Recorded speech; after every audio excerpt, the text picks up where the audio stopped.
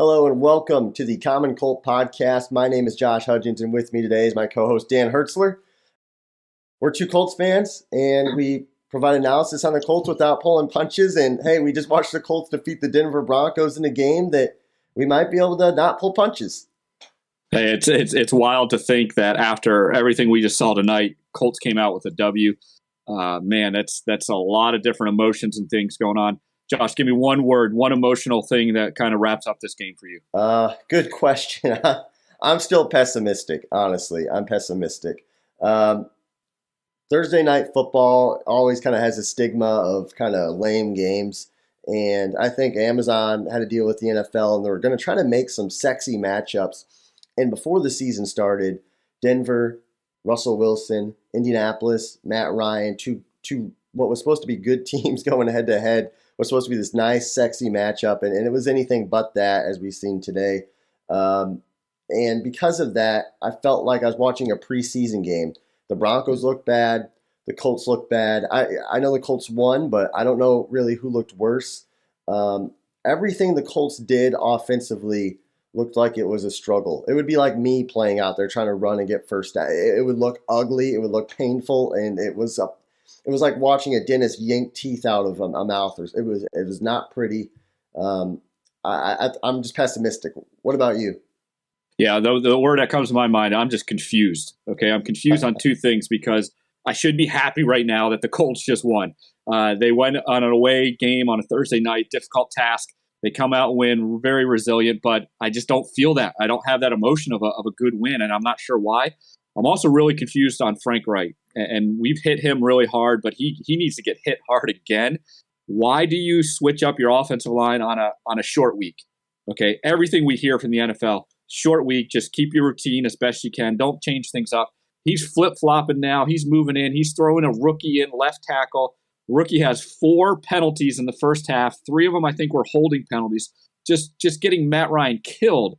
I'm confused by, like, what in the world is Frank Wright? And I'm confused if I should be happy right now, if I'm confused if I should just be, like you, pessimistic. I don't know what I'm supposed to be feeling right now. So they did win this game, though. And obviously, Coach is going to go in the locker room, and Coach is going to be fired up because he didn't get fired. We don't think. Anyway, so who if you're in the locker room, who are you giving the game ball to?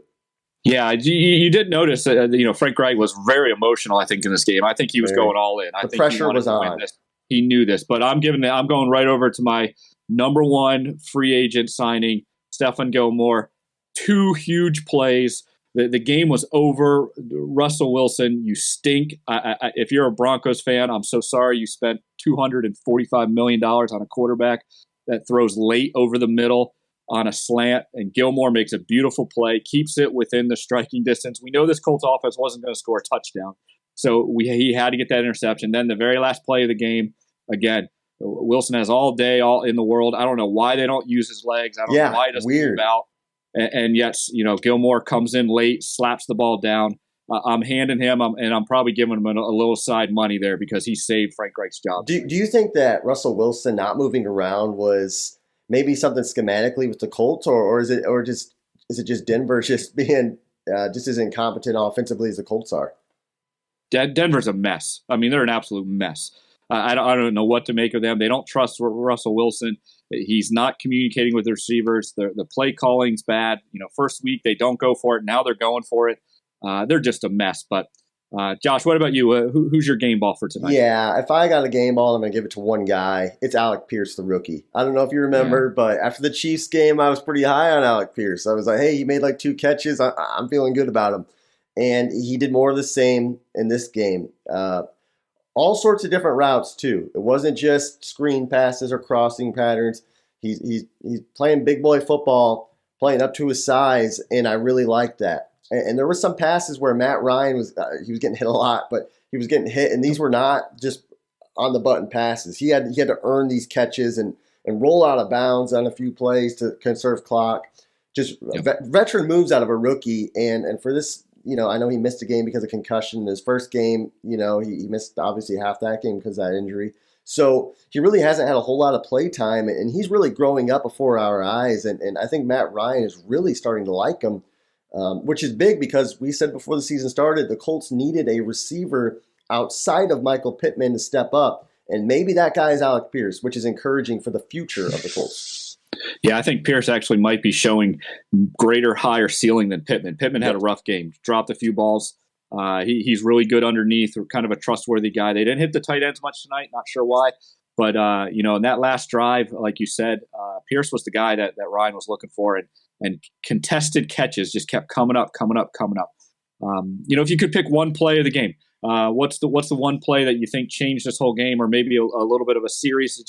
Where did this game change? Yeah, I'm thinking right before halftime, the Colts had the ball, and Ryan throws this kind of long, outside the numbers, kind of out route to Pierce. It was a 3rd and long situation. He makes a catch, and we weren't sure. The ref called him short. Frank Reich, you said he was a little emotional this game. That was a moment. He was yelling at the ref. He was into the play, obviously. Primetime game, pressure's on. Everybody's saying he should probably be fired. So he's jacked up, and the ref overturns that call, and they say they get the first down. Then they're backed up on like 3rd and 38, I believe it was. And the Broncos actually send a blitz on that play. Because what do you do if you want to stop the Colts? You confuse their offensive line and you send a blitz. And Ryan quickly gets out like a quick curl route to, I believe it's to Pierce again, actually. Yeah. And then he catches it. He gets about 6, 7, 8 yards. And what does he do? Gets out of bounds. Lets the field goal kicker take his time, line up, and knock through a field goal. Who, by the way, we didn't give him a game ball, but Chase McLaughlin had a great game today. Multiple long field goals. What about you? What was your play of the game or series of the game? Well, I mentioned the Gilmore things. I think those are the ones everyone's going to look at, and I think should probably be the top 2 plays. But you just mentioned my second one that I was looking at. The fact that the Colts had 4 field goal attempts and made every single one of them. And really nothing was even in doubt. And I think we got to give we were all over Colts special teams and all over kind of we call him the nerd kicker before.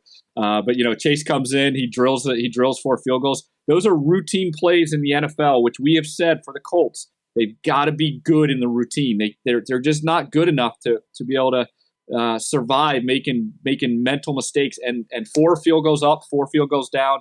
I never thought they'd win a game 12-9, but here we are. They did, and I think Chase deserves a lot for 4 good plays in this game. Mm-hmm.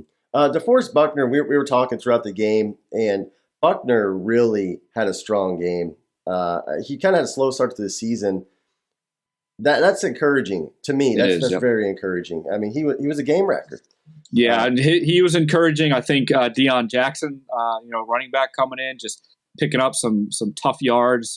Did some stuff thing. We're hoping Hines is okay. Always a scary situation, but I think both those guys could be honorable mention. But of all the things, everything that's going on, you and I and the Colts fans and probably a few Denver fans were the only ones watching this game. Let's just be honest. This was an ugly game. Are the Colts at rock bottom, or does this win give them a little bit to be able to stand on? What's your feelings ultimately when you think about this game? I think this win was a win, but it's embarrassing. It's embarrassing. You go on Twitter, you scroll through Twitter, and what do you see? Some guys calling it, this was the worst NFL game I've seen. Multiple NFL players saying that. I mean, this is a joke. The Colts franchise is a joke right now. That's primetime football, a chance to prove that, hey, the start of the season was a fluke. We're just learning ourselves, and all they do is just kind of have an accident all over themselves, dirty their diapers. The announcers were making jokes about the game, calling it a preseason game pretty much. It was not fundamental sound football. And if it was against any team outside of the Denver Broncos, the Colts probably get run off the field. Yeah. It was almost as bad as you can. But here's the one thing I'm going to tell you, and here's the one thing that I think you can put your head down tonight and you can fall asleep. They won. And in the end, in 10 days, when they go up against Jacksonville, when they get a chance to revenge that game, and actually it's actually a big game. No one's going to care about how ugly this game was tonight. Yeah, they're not looking good. Yeah, they're not a team that anyone can really have great confidence in. Offense is struggling, but they got a dub, and I think you got to at least feel a little bit good about that. And I think that'll help you sleep a little bit tonight. It might. It might. I think about this game, and, I have to think back to the early Colts days, or the golden era of Indianapolis, as Colts fans probably remember, the Peyton Manning era. And every so often you would have, very seldomly, you would have games like this. But they would happen. And sometimes they'd win and sometimes they'd lose.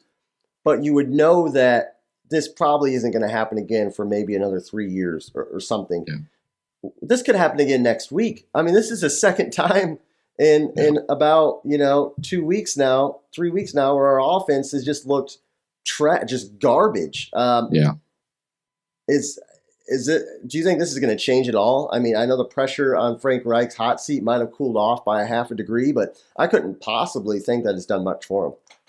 No. And this is where I want to see some honesty. We never see it in the NFL, but I want to see some honesty for some players and for the coaches.